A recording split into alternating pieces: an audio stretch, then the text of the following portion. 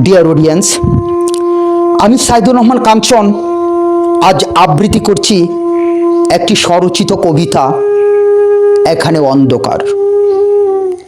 আমি কবিতা লিখতে বসলেই বিবেকের দংশনে ক্ষত বিক্ষত হয় কলম। গলিত লাশ আর রক্তের দুর্গন্ধে জমে যায় কালি।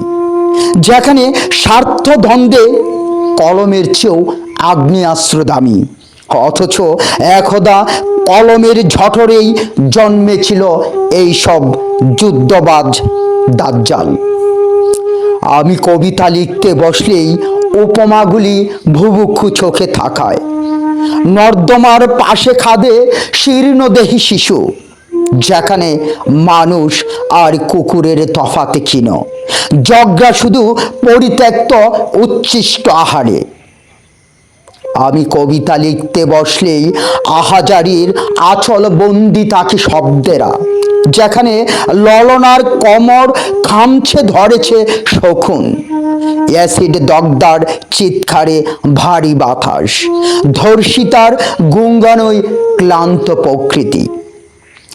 আমি কবিতা লিখতে বসলেই নিরন্ন হাড্ডিসার বুড়িটা ছন্দের অন্তরায়, শীতে কাঁপে সালা ছটে মোড়া বস্ত্রহীন মানুষ, যেখানে মঙ্গায় সম্বল জল আর কচুকন্দ, অথচ স্বাধীনতার গুষক বিতর্কে সয়লাভ কত টাকা।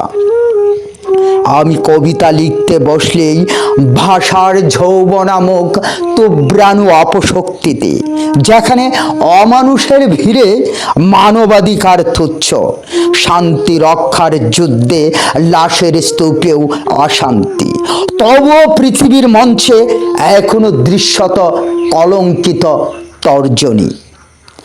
আমি কবিতা লিখতে বসলেই ডায়েরিটা হয় সবুজ বৃক্ষহীন অরণ্য, যেখানে লতাপাতা খেয়েও বাঁচে ক্ষুধার্ত মানুষ, অথচ ত্রাণপন্ন সব আমলা আর কর্তাদের দখলে, যাদের পোষা কুকুর এখন মাংসেও অরুচি দেখায়।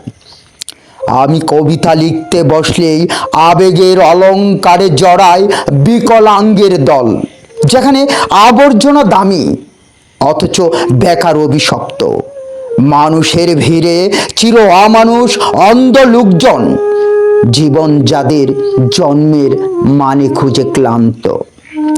আমি কবিতা লিখতে বসলেই অপমানে দেয়ালে মাথা টুকে পংক্তিরা, লজ্জায় ধুকে ধুকে খাদে লাল সবুজের পতাকা, যেখানে পতিতা তিরস্কৃত লাঞ্ছিত বীরাঙ্গনা, অথচ এই সমাজে আদৌ কোনো পুরুষ পতিত নয়।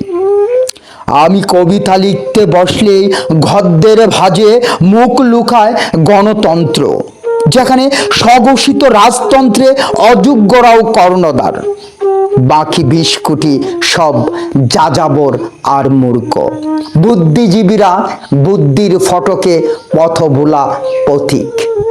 ধন্যবাদ সবাইকে।